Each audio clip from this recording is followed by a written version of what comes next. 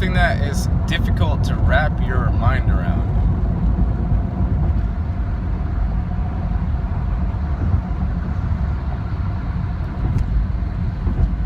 Is that the control structures here aren't conscious. They aren't.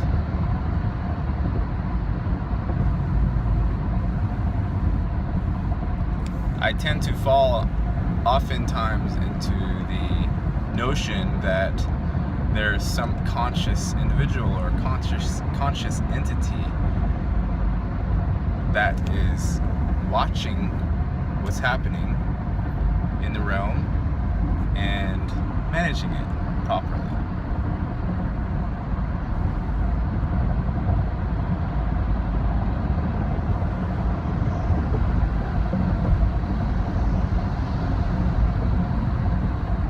And it's not. The control structures are entirely unconscious, and they propagate unconsciousness with whatever they touch.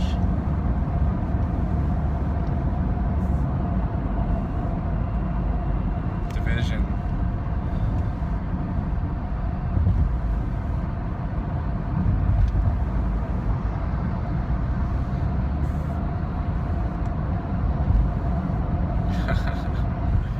I was just at the airport. I dropped somebody off, and then I got another request, and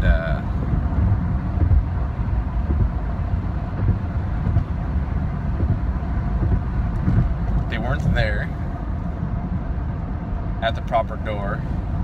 So I called them, and they said, "No, I'm not at that door, I'm at this other door." So I said, "Okay, I'll come around. I'll have to come around because the app said something different." So they said, "Okay, I'm at this door." So I came around, and they weren't at said door.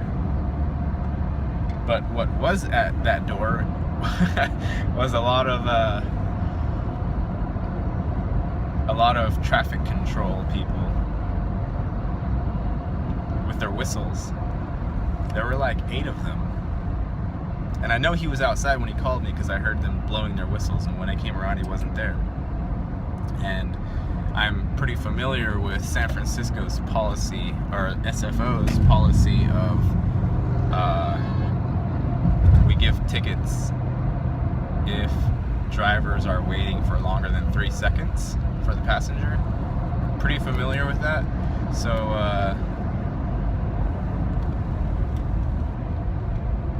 but I never understood why they do that, because it's retarded. Well, anyway, this time, since I saw that my passenger wasn't there, and I saw that all these traffic controllers were tweeting their whistles, and there were hardly any cars really for them to be managing, I figured this lady had enough time to talk to me for like a 30 seconds maybe. And so I pulled up and I rolled my window down and I asked her how long I had before they start handing out tickets. That's all I said.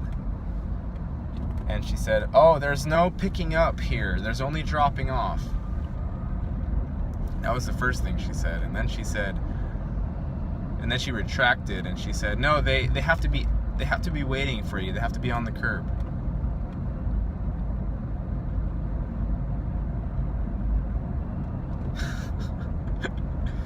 So San Francisco Airport, which probably does more than half of its business as far as picking up people and dropping them off with Uber and Lyft, at least close to it, and the other half is taxis and shuttles. So San Francisco Airport has a policy where they penalize their support system, which is Uber and Lyft drivers, if the passenger isn't waiting on the curb the second they pull up, and they hand out a $300 ticket if they feel like it. It's they're just like police officers, so they can, bully if they wish. They don't have to hand that ticket out, but seeing how angsty they were, I figure they probably do it a fair amount of the time.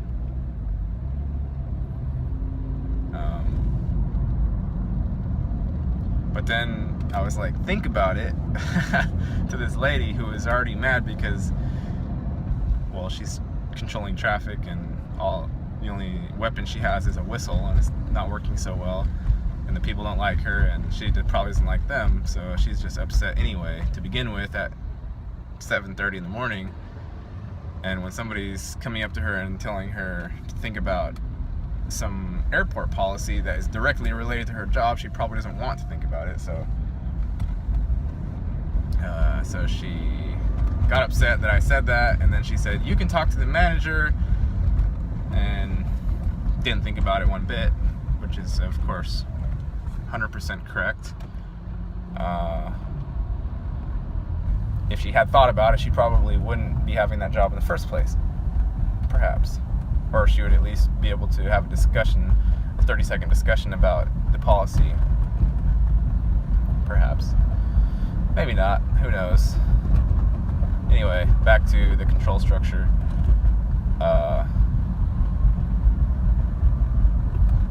So it's unconscious, it's completely unconscious. Where conscious individuals are, there's no need for control structures. They are the control structure. And there's no need for it. Like, imagine if every morning, like, you had to wake up and look at your rule book for how, your bladder is supposed to operate, and how your lungs are supposed to operate, and how your mind is supposed to operate, and what rules can and cannot be violated with regards to these bodily systems. And, various parts of people's bodies were going to jail because they keep violating all of the rules. If you imagine a system that penalizes itself,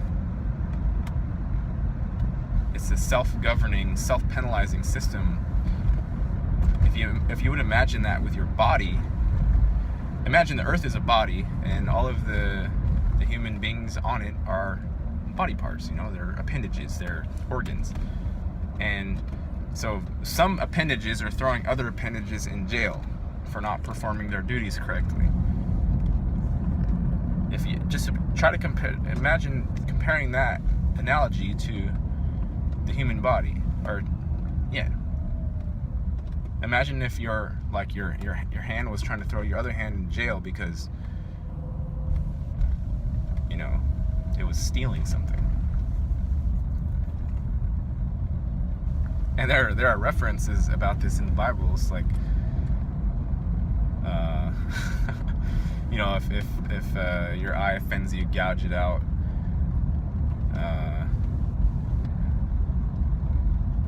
There's something about hands too. I forget exactly what it was, but I'm gonna try to pull a sneaky move here. Okay, so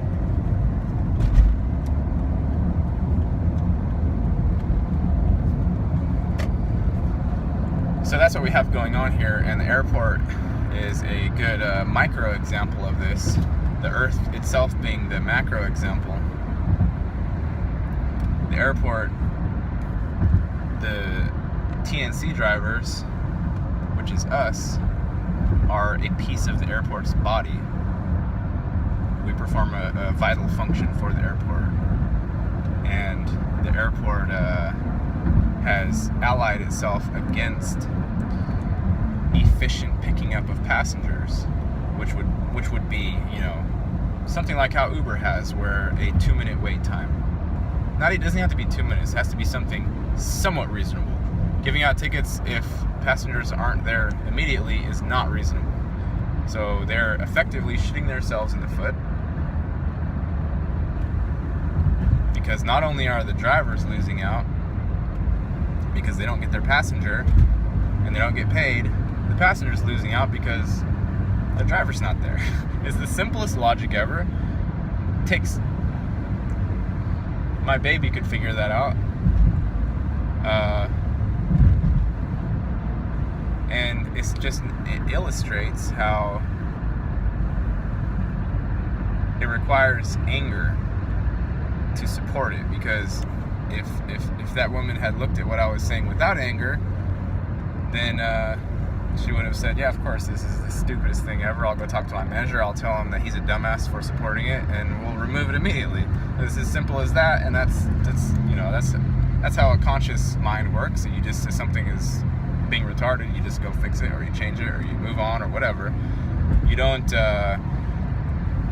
have trade bargaining and protests outside and picket fences.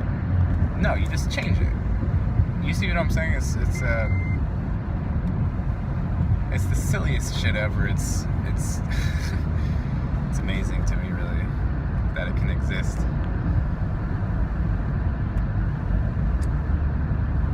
Yeah, but anyway, back to the original concept. The power structures are unconscious, completely unconscious. The conscious individuals don't want to operate that way, so they don't touch it. They don't touch the politics. They don't touch the laws. Like, just this stuff is dirty. So possibly the control structures were set up by a conscious individual who is no longer here, or else if he is here, he's not making himself available to those of us who are conscious, who are feeling sickened by the control structures. You know, he or she doesn't make itself available for discussion. So they're outside of their creation. Or else if they are in here, then they're making themselves very scarce. And it's not enjoyable. It's not enjoyable if you look at it as real life, and it's not enjoyable if you imagine it as a video game or a simulation.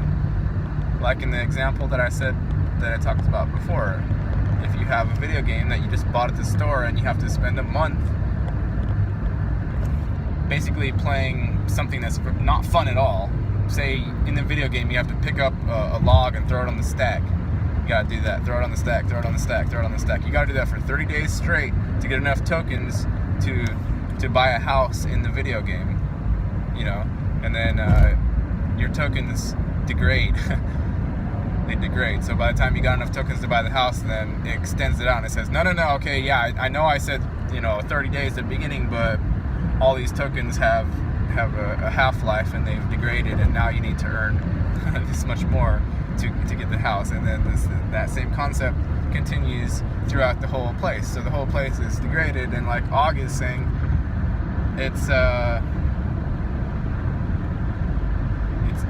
giving the least possible return for whatever amount of input that conscious individuals give into it. And not only that, but it disrespects conscious individuals. Not only doesn't disrespect it, we only get that feeling from our end. It doesn't have any feeling. So, but the system itself has no. It needs conscious individuals because we're powering the thing, but it doesn't. It doesn't act like it needs us. It doesn't act like it needs the observer agent. So it's it's the silliest thing, really. It's very silly. It's silly that we allow it to perpetuate itself, and that we allow ourselves to continue on in a sort of a fashion where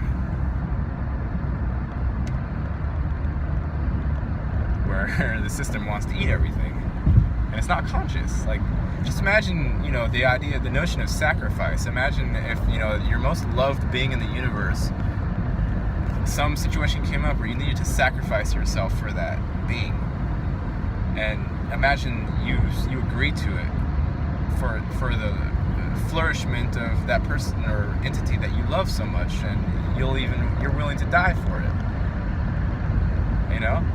and then imagine that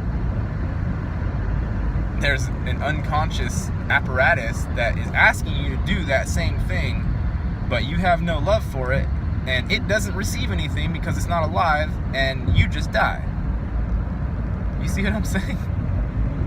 It's so backwards, it's not even, it's barely fathomable by a conscious mind.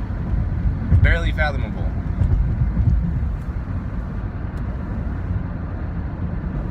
This is getting long, so I'm going to cut this off, but